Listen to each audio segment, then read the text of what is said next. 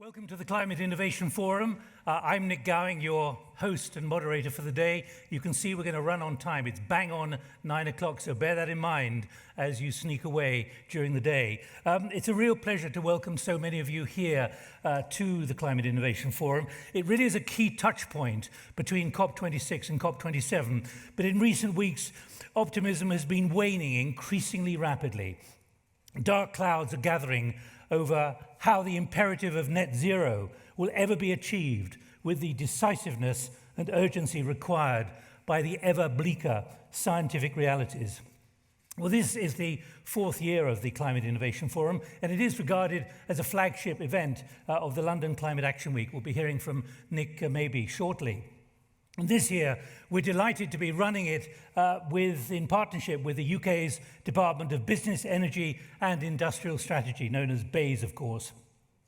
And the aim today is to bring together all of you, climate leaders, pioneers, practitioners from across business, government, civil society and finance in order to accelerate the delivery, accelerate the implementation as well of net zero. And those two words, net zero, they are so easy to say, but commitments like this, require action.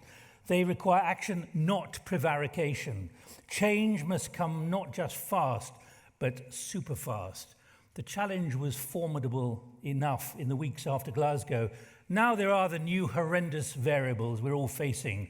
The global energy crisis, the food insecurity, whether there'll be physically enough food, very high inflation, and of course, the war in Ukraine. None of these were on the agenda just 5 months ago. That's how fast things are changing. And this is what we want to hear and promote here at the Climate Innovation Forum for the next 9 hours, and what will close the gap between action and ambition. What is obstructing and holding us back?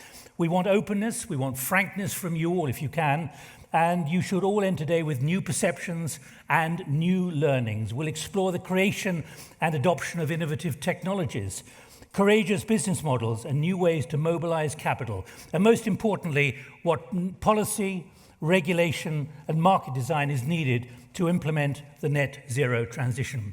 We're going to get straight into business. I'm going to invite up our first guest, Greg Hands, the UK's Minister for Energy, Clean Growth and Climate Change. Greg, please come and join me here.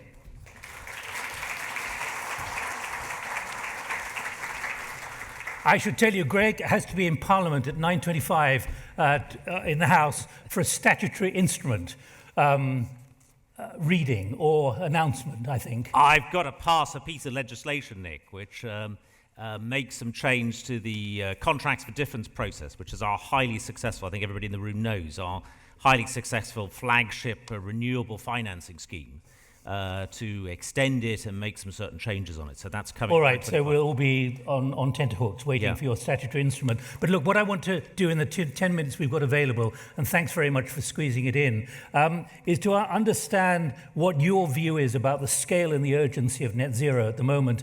And as I said, there is a feeling that post-Glasgow this is faltering at the moment. There's enormous commitment, but there are storm clouds brewing. Well, let's put it this way. My optimism, my commitment, the government's commitment is not faltering at all. And actually, the lessons of the last 4 months, since the 24th of February, when effectively the world changed with Vladimir Putin's invasion of Ukraine, is that actually the two things, energy security and making sure the UK and our European friends and allies can prosper in a sort of post-conflict or during conflict environment.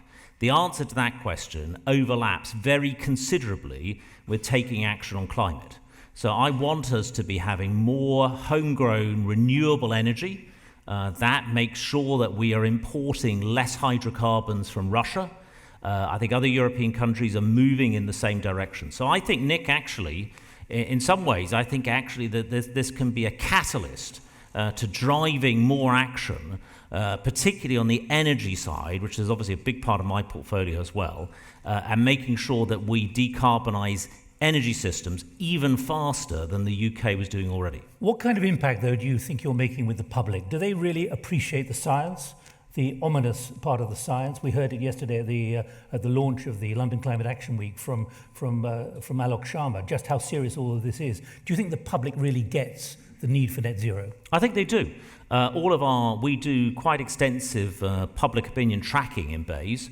And the data, I've not seen any significant change in the data this year, even with rising energy bills. And I think I think all of us in this room actually, you, if you like, are in the vanguard of persuading people and telling people that net zero is essential for our energy security first.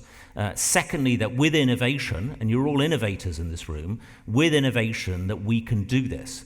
As a country and as a world. It is not a pipe dream, it's not an impossible dream, but using, if you like, human ingenuity, innovation, we can get there. But it's about awareness of of the scale of the science, the enormity of the science and the increasingly ominous science and the implications this is going to have for those in this country, about how they need to change so much in their life at high speed. Well, I think we need to go with the grain of human nature as well.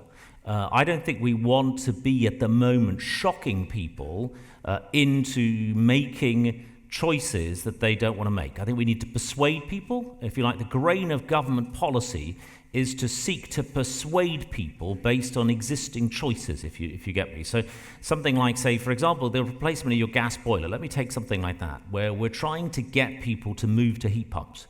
I think if the government were to come by tomorrow and say, sorry, this gas boiler that you might have invested in only 2 or 3 years ago, you're going to have to rip this out at the cost of £3,000-4,000. You're going to have to install this heat pump. By the way, we'll give you a grant towards it, but nonetheless will cost you a lot. Instead, I think the right answer is to think, well, actually, the natural life of that gas boiler is perhaps 12 years. So when you next come to renew that gas boiler, we are going to incentivize you instead to choose a heat pump and make that environmentally friendly alternative. It's not my job, if you like, to make those choices for people. It's my job to incentivize people to make the right choice, make sure the low carbon alternative is attractively priced and has got all the infrastructure in place, all the regulations that one needs. So I think it's actually going with the grain of human nature while still constantly persuading people, constantly telling people that there's a good reasons to make this change. It might not be just an environmental reason. There could be a financial reason to make that change as well. What about the government's approach, though, to funding net zero technology and how it can best stimulate the growth of the sector? Because that seems to be central, clarity from government. Well, we've got we've got a £1 billion net zero innovation portfolio. We've got a number of schemes to help fund innovation. I think, Nick, if I might, that one of the most important things is to remain flexible in all of this. To get to net zero by 2050, that is a 28-year time perspective. It's quite rare for a government to have something like a 28-year time perspective, and for industry to have a 28-year time perspective. But the urgency is acute at the moment. The urgency is acute, but equally we've got to make sure that we remain flexible. If you'd have said 28 years ago that these are the innovations, these are the technologies that we are going to need in the year 2022, probably more than half of those choices would have been the wrong ones. So that's why I think we need to remain flexible. We need to make sure that we fund innovation. Some fantastic innovators here at this conference, some fantastic projects. I was touring a little bit earlier that I think fill me with a great deal of optimism about UK innovation. But I think we need to remain flexible in that journey. We've had some, by the way, big successes. If you look at how we've innovated on, say, offshore wind generation. Offshore wind is today about 2/3 cheaper than it was when I was setting the parameters for some of the CFD auctions when I was at the Treasury in 2015. Actually, we really reduced, so putting money into innovation, backing innovation, but you want to maintain a degree of flexibility. What about those who say that the government has failed to set out sufficient policies to tackle climate change and meet its legally binding carbon budgets? How do you respond to this? And I'm going to pick up what the SMI wrote to the G7 in Germany 2 days ago. They say they want a far more, this is internationally of course, stable, predictable policy environment. In other words, recognition that they can plan as business if there's stability coming from every government or most governments. I think that's a very important point, but I think the UK has had one of the most stable and predictable while still enabling us to innovate regimes. We had the first country to have a piece of legislation on climate change setting targets in 2008. The first country to legislate for net zero. We have stepping stones to get to 2050. We've got the different carbon budgets, we've got our nationally determined contribution, we've got all of our staging posts, if you like. We've laid out in the net zero strategy in October and the heat and building strategy, which we published just before COP, all of the various points that we need to get to and the things that we think we need to be doing, while still bearing in mind that that picture will change in those 28 years. So some of the things that we think are the answers today will turn out not to be the answers, or some of the other things. So we need to maintain some flex in that. But I think the UK has been, if you like, setting out the most predictable and reliable framework through the Climate Change Act, the Net Zero commitment and so on. One final question before you have to rush to Parliament. What about the fact that net zero is good enough, but it's not good enough fast enough? In other words, there has to be even greater ambition. It's all very well talking about 2030, 2035, 2040, 2050, but actually the urgency, as confirmed by the IPCC, is even more acute now. Yeah, the urgency, it is urgent as well, and that is why we must not be deflected by the current energy crisis into thinking that somehow hydrocarbons is the answer.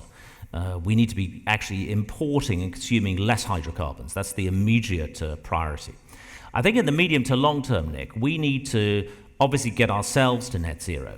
A big part of the role for the UK, though, is in persuading others. Ultimately, we are only 1% of global emissions.